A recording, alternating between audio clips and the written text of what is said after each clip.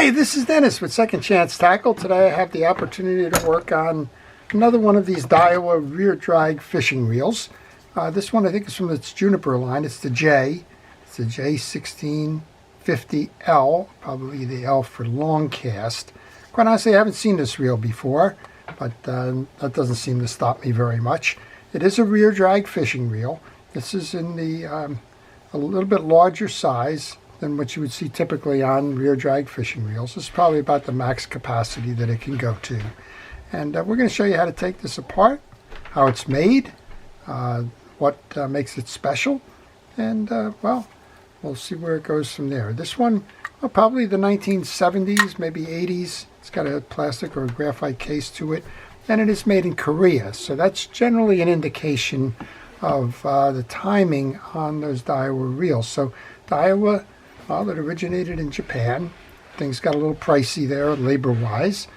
Next up, it went to Korea, and then it's gone on to China for a lot of its productions.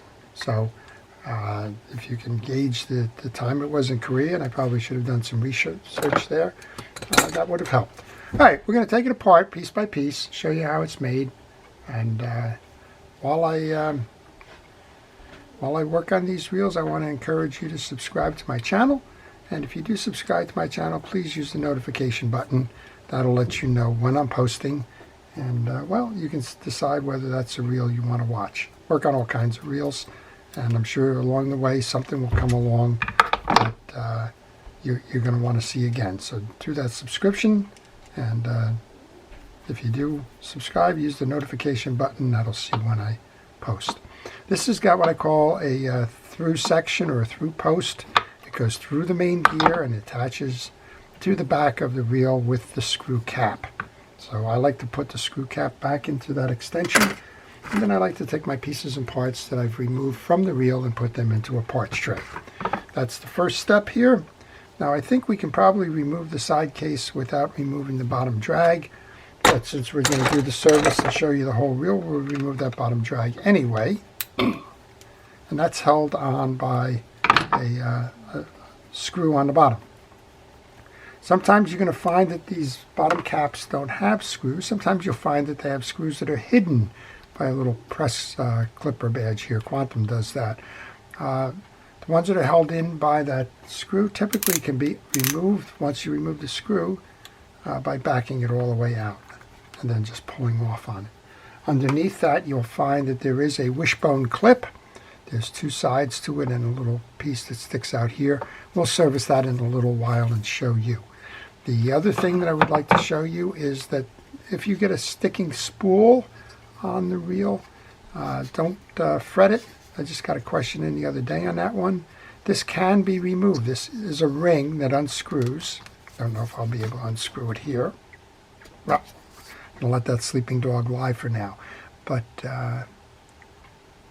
is this one touch snap off? Yeah. There's a fork on this inner button here. If that fork has gotten in the way of the clip down below and doesn't allow you to release with more strength than I can do at the moment, this will be removed in a counterclockwise manner. That'll unscrew. You'll be able to remove the button and separate the fork underneath that's grabbing the ridge of the axle shaft here. Sorry, I couldn't show you that. Lack of hand strength.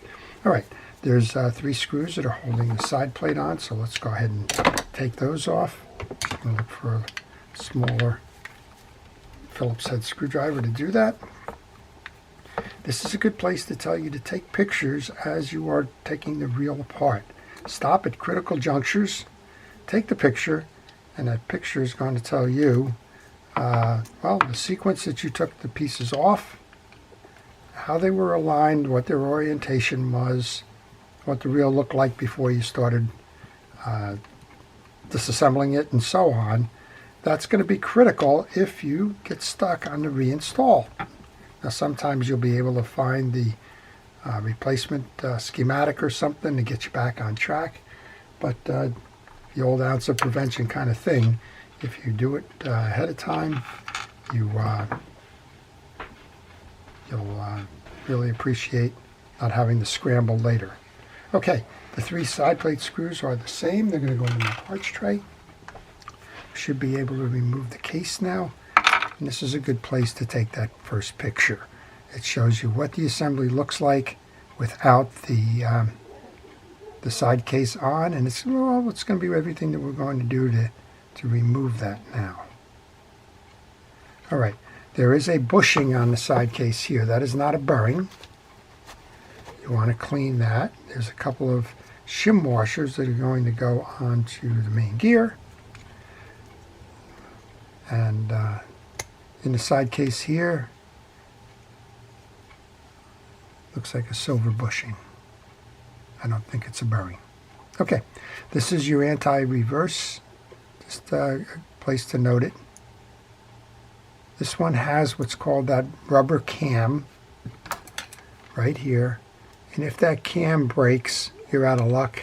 That the whole reel, unfortunately, becomes non-repairable. Next up, we want to remove the main gear. I think that'll just come right out. Should. No, maybe not. Maybe we have to remove that axle clip first. This should just flip up and out. Just use a screwdriver. There is a little stud there, and this is the little clip actually that has to be pulled to allow that to happen. That is a C-clip. It holds both sides of the axle shaft, and now we can remove that axle shaft. When you remove your axle shaft, just wipe off any excess grease. Check to make sure that there are no scars or accumulated dirt or debris. If there is, then go back and clean that up. And then let's go over to the main gear. And now we can take that main gear out, and you can see why we do the service on the reels. This is accumulated grease that is spun off of the main gear. It's all just kind of lodged itself in the back channel here. And well, that's not doing any reel any good at all. So we will mop this up.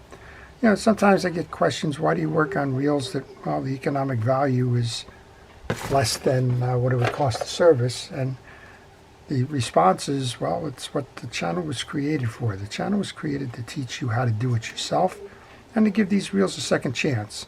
You know, we are in quite a disposable mentality with fishing reels, and well, it just shouldn't be. If you keep these reels lubricated, if you keep them cleaned and oiled and greased, well, they're going to last you a long time. All right, we've just removed the crosswind block and gear. We're going to do the same thing with this that we did with the main gear. We're just going to clean all of it off.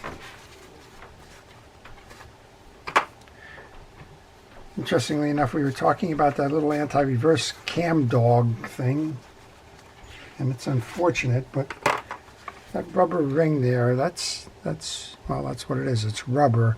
And if you get enthusiastic about greasing your inner reel, well, oils deteriorate that. It turns it into a little bit of a blob, and that blob deteriorates, and then you have no function, and the parts have long since been sold out.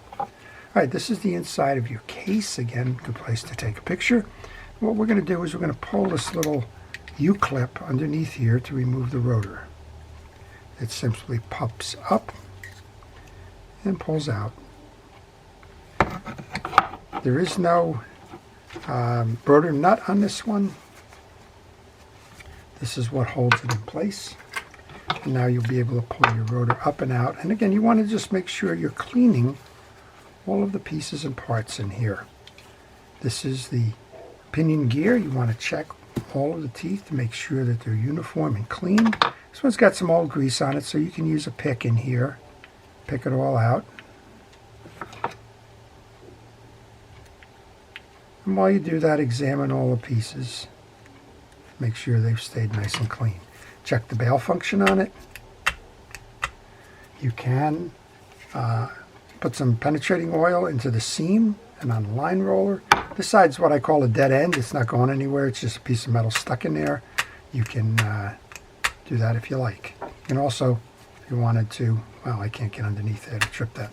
Okay, I'm going to leave that off to the side. The big parts don't need to go into the case. And, well, we'll just do one more thing while we're at it. We'll show you the makeup of the drag here. As I said, that's a wishbone with a point that's sticking out. And generally the way to work this is grab a small micro driver, bring it in underneath. A smaller one. And pull it out of the slot that it's housed in. That will come up, as will the other side. I'm holding my fingers here because I don't want to shoot this thing. It is a spring under pressure, and it will shoot. Once you do that, then you can push this through, or if you need an assist,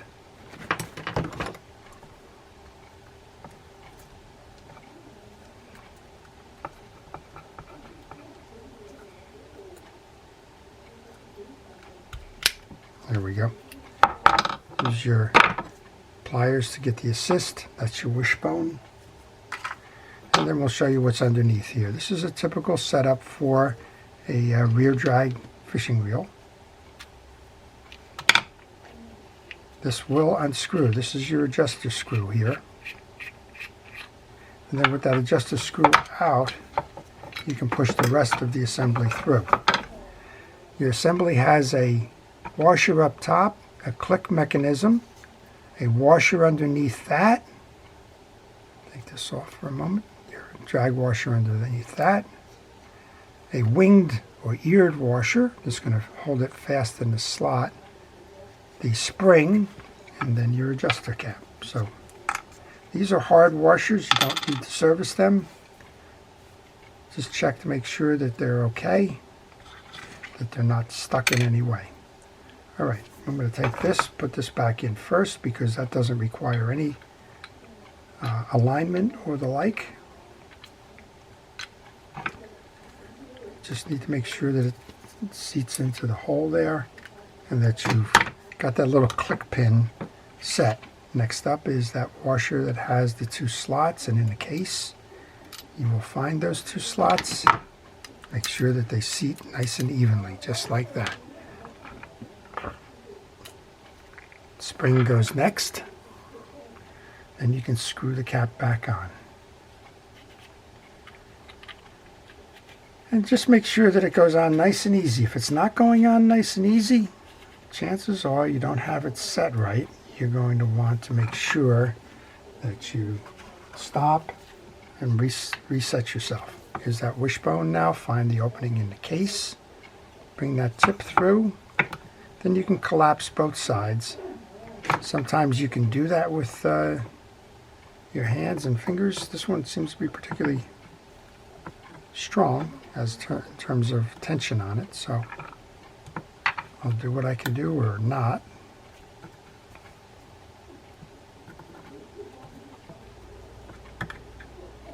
And then you can push them down if you have them set in there. And I know my fingers are in the way here, but I'm trying to do a couple of things, including talk over the video while I'm doing this. And sometimes, well, I just don't get it as well. Sometimes they're just not set for narration. How's that? All right, this one goes down just a little bit more. There we go. I heard that click in. This one should be clicked in. You can see the two tabs on each side here. And you take that cap. Now when you seat the cap, this is sticking out, so you need to come over the side that's sticking, bring it in, and then you can put the screw back into that assembly there. So that's your rear drag and the assembly on that fishing reel. Tighten that up. And we'll start the reassembly on the rest of this then. We've had that penetrating oil's been sitting for a while. Nice snap on the bail. I'm going to use fishing reel grease as we re-lubricate. I use Penn Precision reel grease. I just recommend that you use fishing reel grease when working on fishing reels. All right, we'll take the time to get a good amount of grease into that pinion gear. And most of this case is acting as the bushings. So let's get some grease up top on the shaft that's going to go through. And this one, interestingly enough, has got a technology I haven't seen much of, but we might as well share it with you since it is an opportunity to kind of learn a little bit more about a fishing reel. This has a reverse ramp. So when your bail is in the set position, it's actually down. And when it's in the up position, like that, that tab is up. That's about the opposite of what you normally would see. And in this case, the ramp is going to pull that piece down to trip the bail. Kind of the opposite of what normally would happen. Just thought I would share that with you. Okay, cases are cleaned. The pieces have been greased. And we want to get that little U-clip. Put the U-clip right back into the housing. Runs one on each side. And then the side plate is actually going to hold that clip in. So just make sure that it's in, that you're rolling. And I think I have that upside down. And what makes me think that is that when I took it off, there's a shiny side and a not shiny side. Not sure it makes a difference, but I seem to recall mentally that the not shiny side was facing me. So just put it back in. I don't think it makes a difference. Some of these you're going to find that one side is wider than the other, and there's only one way to put that in. I don't think that's the case here. These clips are notorious for wearing down and causing a wobble in the bail, or in the rotor itself. This one doesn't seem to be that case. All right, we've cleaned up the main gear like we did with the pinion gear. We've inspected all of the teeth on both this and the back gear. The back gear drives the oscillation gear. So again, we want to put a nice coating of grease on it, since this one hasn't had grease on it in quite some time. And we're going to set that off to the side for a moment.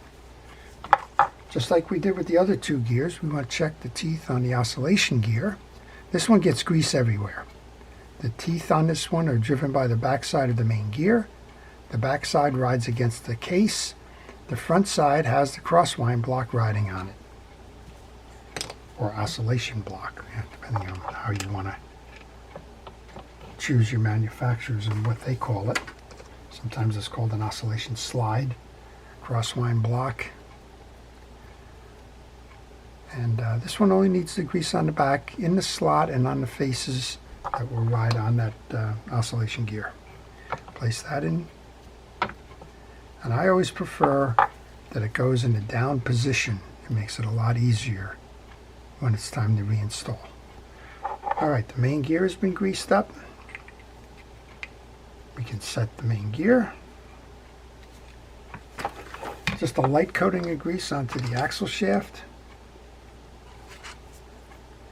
We can bring the axle shaft through, find that flat spot.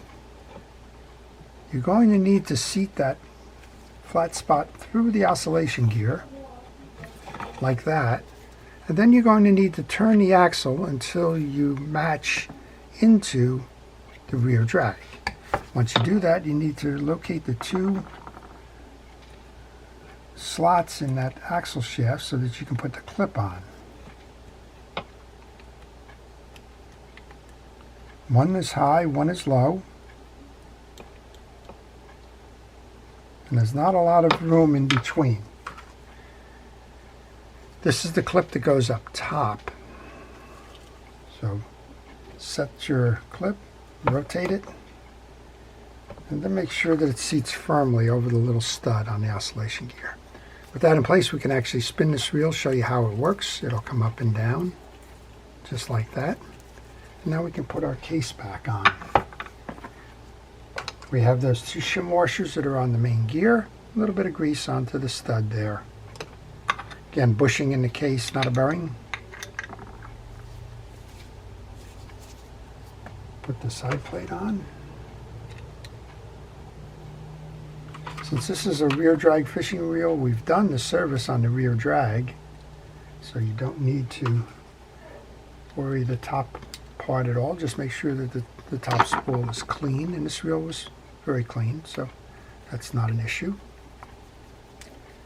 The unfortunate part about this reel is that rubber cam for the anti-reverse. I think they call it a claw, but whatever it is, it's unfortunate in that many of these reels don't survive because they melt away and the parts have long been gone. Well, if you have a question on this reel or any reel in particular, if you'd like to learn a little bit more about rear drag fishing reels, maybe you're working on one and you're stuck, whatever, just leave those in the comments section. I will try to answer those questions for you. Well, we learned one thing about this one. It's that unique pull-down trip as opposed to the up ramp.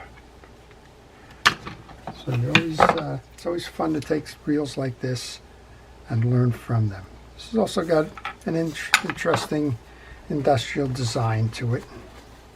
One of the things you'll notice, it almost looks like a spin cast reel. Most of the time you're going to pick up a reel, here's a Shimano that's an example, you'll pick up a reel and the case and the rotor are very distinct. This one just kind of flows right into the rotor. A nice design, I like that. Alright, the handle goes on. This is a reversible handle, so if you want to crank with your right hand, just put it on the other side. If you want to crank with your left, it goes on this side.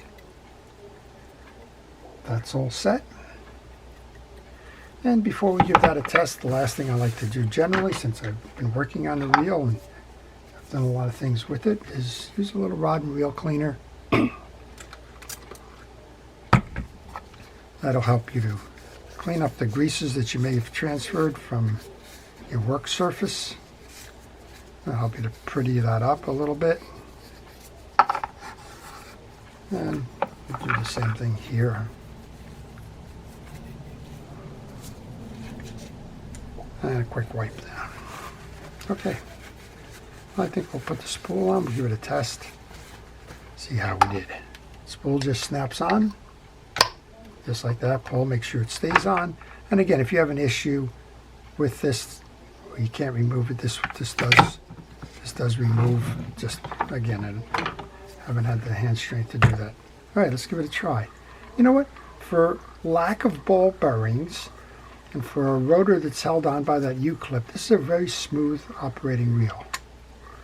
And we have that clip is working on the anti-reverse. And we'll just fire the bail with that unique feature and function. And that's going to tell you what the reel is all about. Okay, well, in summary then, we've worked on the Daiwa reel. It's the J, I believe, for Jupiter.